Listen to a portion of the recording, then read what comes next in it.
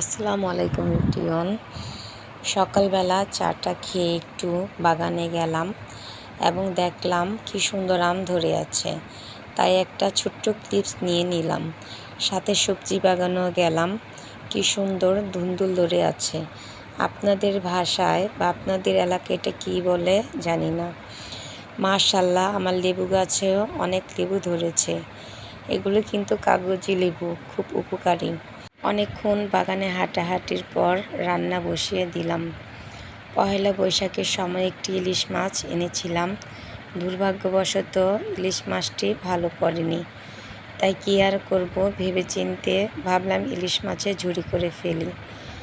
তাই এমনিতেও ইলিশ মাছের ঝুরি কিন্তু আমার মেয়ের আর আমার খুব পছন্দ, তাই আমিও ইলিশ মাছের ঝুরি করব ভেবেই নিলাম। এদিকে ভাতও বসিয়ে দিয়েছি। ইলিশ মাছের ঝুরি হওয়ার সাথে সাথে আমার ভাতটাও হয়ে যাচ্ছে।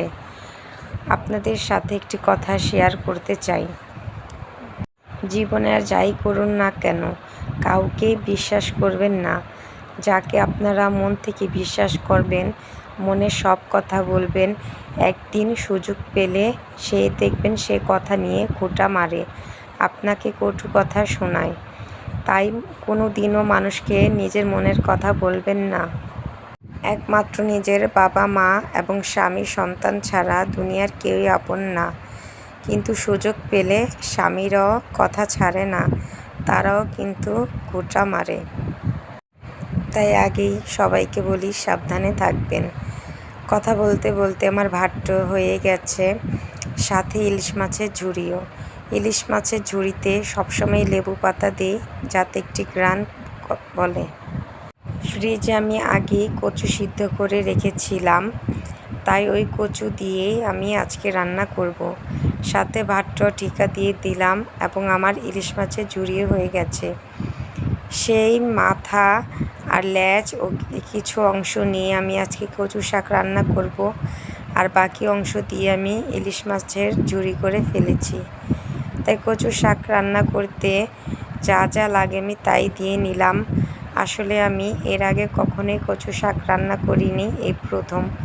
তাই ভালোভাবে কচু শাক রান্না করতে পারি না, যেমনটাই পারি কিন্তু চেষ্টা করি সব কিছুই রান্না করতে, কোনো কিছুতেই কোনো অবহেলা করি না। তাই ইউটিউব দেখে একটু দেখে নিলাম, কিন্তু অন্যরা যেভাবে রান্না করছে আমি একটু ভিন্ন উপায়ে রান্না করছি। আগে ইলিশ মাছগুলি পেঁয়াজ দিয়ে ভালো করে কষিয়ে নিলাম, তারপর সিদ্ধ করে রাখা কচুগুলো দিয়ে দিলাম। কচু দেওয়ার পর দেখলাম কচুগুলো গলছে না, তাই ঢেকে দিলাম।